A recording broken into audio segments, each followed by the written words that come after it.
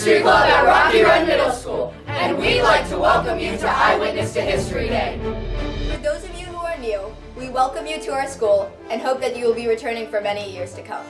For those of you who are returning guests, welcome back, and we hope that your day meets the expectations that have been set by your previous visits. For the past 14 years, this program has been focused on the sharing of eyewitness accounts to World War II. During this time, we've hosted more than 350 guests who have come to our school to share their stories via more than 2,000 group interviews. As a result, these visits since 2001 have impacted more than 5,000 Rocky Run students. Large group presentations have also been made in our Little Theater, which have been attended by more than 25,000 individuals, enough to fill the Verizon Center. Most importantly, these intergenerational learning experiences have ensured that the baton of history has been passed off from the greatest generation to the latest generation. Over the past couple of years, we've also had the opportunity to welcome guests who are eyewitnesses to events that happened post-World War II. Specifically, we've had guests who served in the Korean and Vietnam War, were eyewitnesses to the Civil Rights Movement, were spies during the Cold War, or served more recently in the wars in Afghanistan and Iraq. We have even hosted people who are eyewitnesses to the horrible events of September 11th. These eyewitness experiences span from the Great Depression of the 1930s to the many events that have happened during our students' lifetime.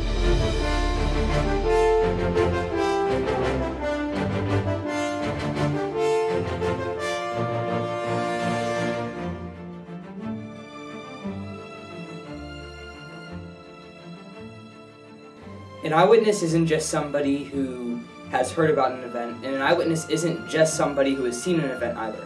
An eyewitness is somebody who has experienced an event. They can add their own personal account of the event to the stories that help us understand history today. They give accounts of what happened. They can be like missing links in history, and their perspectives are unique.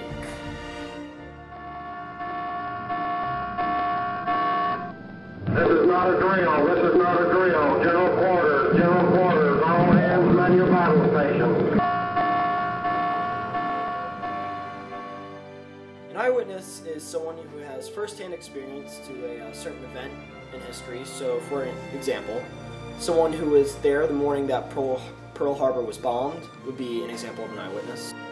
Well, eyewitnesses aren't textbooks. They're not scripted. They're just sharing their experiences with you. You learn the emotions involved in that event, along with what actually happened there. You learn whether or not they were scared of the event, whether everybody was running around in panic, whether everybody was cheering. You get an intangible that just can't be written down for some paragraph in a textbook. Eyewitnesses are important because they help us understand history in a new dimension.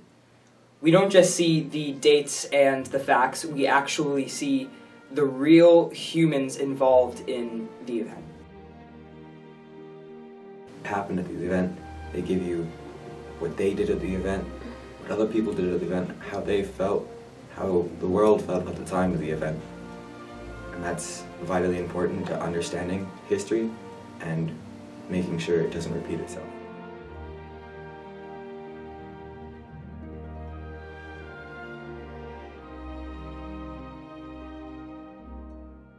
How about your first memories of history?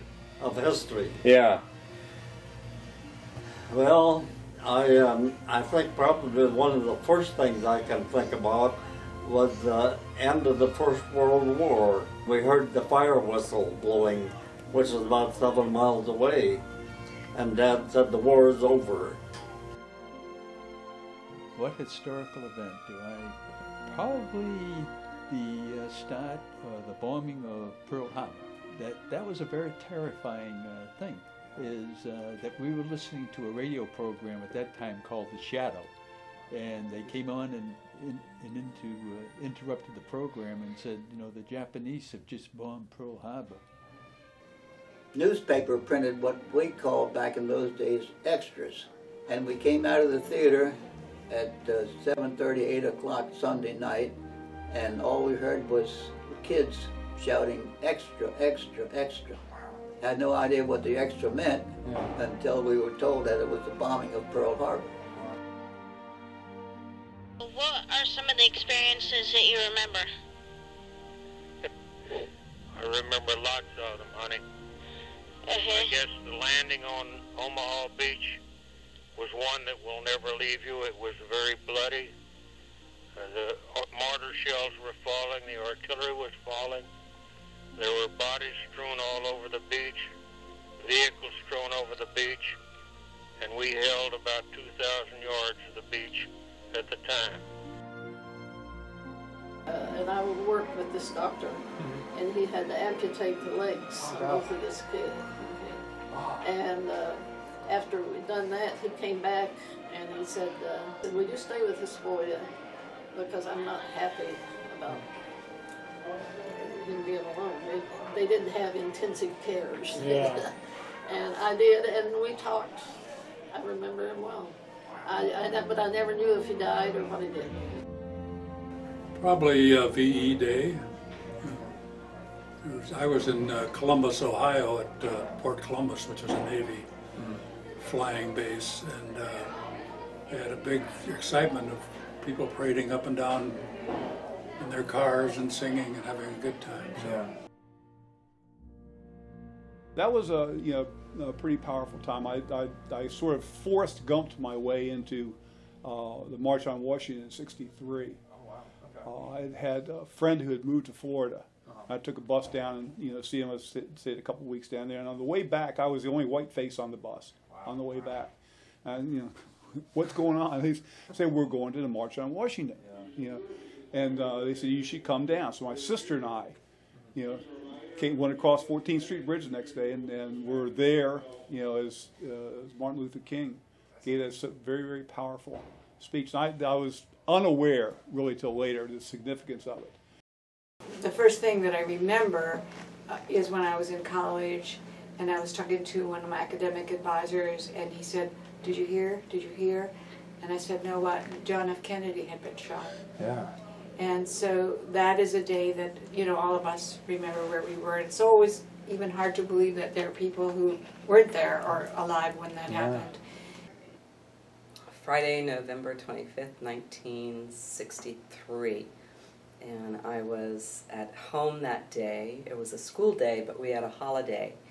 And the reason we had a holiday was very sad, but I didn't know that until much later. There was a parade on television, and my mother and father were home. That was very strange. So my dad always went to work. We were stationed at Scott Air Force Base at the time. And I remember a parade on television, and we had a black and white television, so it was a very solemn parade, but I liked it because it had lots of horses. It had beautiful white horses, and they were carrying or pulling a cart, and it was covered with an American flag, which I thought was quite interesting. And then there was a beautiful black stallion, or I thought it was a stallion. All big horses, to me, are black stallions. Was behind the white horses in the covered box, and he was very prancy, very beautiful horse. And so after that, then the horses went away and I lost interest in the parade. But I noticed that my mother was tearing up and crying, and my father was very quiet, and I asked them what it was, and they said that President Kennedy had been killed, and this was his funeral parade. Well, I always remember my dad coming and going from the Vietnam War. I remember watching him land in Hawaii, and he had a really cool airplane that this big orange parachute came out of. And my mom never being able to explain, what was going on exactly, just that he was in a faraway country. I wasn't really able to process the Vietnam War because I was so young. I just remember my dad coming and going a lot, and I had lost an uncle in the war. I remember my dad being deeply affected by the war and not really talking about it. So I'd say the one thing that I was eyewitness to that just really struck me as a 13-year-old girl at the time was the opening of the Vietnam Wall and being there and in the rain. And I remember we were standing on the grass looking at the wall. And my uncle's name is right where the two walls meet. And there were just a lot of Vietnam vets who were in wheelchairs, guys with really long, scraggly hair. And I just remember the emotion there that day, especially for my dad. It was very quiet about the war. My earliest historical memory is the fall of the Berlin Wall, but I don't remember it as a historic moment at the time. I remember being 5 years old, watching cartoons that day, and being interrupted and yelling at my parents, my mom specifically, because they were interrupting Mighty Mouse to show construction on the television. It wasn't probably until the 92-94 Olympics when I started realizing, oh, wait, there's no more Soviet Union, there's no more East Germany, all these countries are now competing differently, and it made me start asking questions and understanding the significance of what had been going on in the world. I would say one of the most historical events that has happened in my lifetime is one that our own students really know nothing about, and that is the bombing of Oklahoma City in April of 1995. I remember hearing about that. I went to my car at lunchtime, and it was on the news, and right away that I knew this was a huge event. They were talking about hundreds of people being killed, a building being demolished, and nobody knowing exactly who was responsible. And I remember trying to piece those events together during the course of the day. I was working at a charter school in D.C. in 2004 when I got recalled to active duty. And so I spent the better part of 2005 in Iraq. And then again, I was on active duty during Desert Storm. So it was an exciting time as well when President Bush then launched the operation or launched Desert Storm, and it was very exciting to find out if we would be one of the ships picked to go. And I remember my Commodore being excited and coming down and talking to the squadron about how excited he was. It was very interesting as a young officer to see a very senior officer get excited about anything. But I remember Commodore Triggs was his name, got very excited, and we wanted to make sure that we were ready to go just in case we were picked. And we were a short time later. But it was, I do remember his being very excited at the prospect of going to war. Something that my students would be able to remember to an extent was the Virginia Tech Massacre. That was something that hit me pretty hard because I was still relatively new out of college. And so it was a moment where I knew that the students at Virginia Tech were kind of in their own little safe bubble. College is supposed to be where you're safe from everything. My earliest historical memory would have to be the Virginia Tech shooting because my parents were in Virginia Tech at that time, so that was a pretty big personal moment for me. My parents were on lockdown, so they couldn't come home, and I remember getting that email, and I remember personally, I remember being very worried because it was a big scale event and they were covering it on television, and it was very scary. But I think that I learned something that day, that not every place is safe, especially colleges you would think, but it's kind of hard to be in that position, especially as a child, and understand what's going on. My earliest historical memory is the Virginia Tech shooting. My sister was going to that school, and I had heard that there's a shooting there and some people had been shot and some people had been killed, and I was very scared. I consider my earliest historical memory the 2008 presidential election where Barack Obama beat out John McCain. It wasn't actually the election itself when the voting was taking place and when Obama was announced as the winner that stood out to me. It was more of the inauguration for some reason. There was such a large crowd and everybody was so excited, and I didn't really understand the significance. I was just watching like, this is so boring, why does anybody even care about this? But now I understand the significance of, you know, having an African American president and just having a new president in general is such a big deal. When I first heard about the assassination of Bin Laden, it was on the TV. It was actually at school. Some of my friends were talking about it because it happened the night before. And then I remember seeing a Sports Center segment on it. Late Sunday night in the East, news broke regarding the most wanted man in the world. Here's the President of the United States, Barack Obama. Tonight, I can report to the American people and to the world that the United States has conducted an operation that killed Osama bin Laden, the leader of al-Qaeda. It brought me comfort knowing that Osama bin Laden that killed thousands of lives and brought us pain was finally dead so we could feel safe. From the attack on Pearl Harbor in 1941 to the Boston bombings of 2013, the people in this room have been eyewitnesses to an amazing amount of history. And although our short lifetime of experiences is very different than yours, you can see in many ways that we are the same. Much like you, we are very passionate about learning history, and we take our country's past very seriously, as it was lived by real people such as yourselves in real, and often difficult, situations.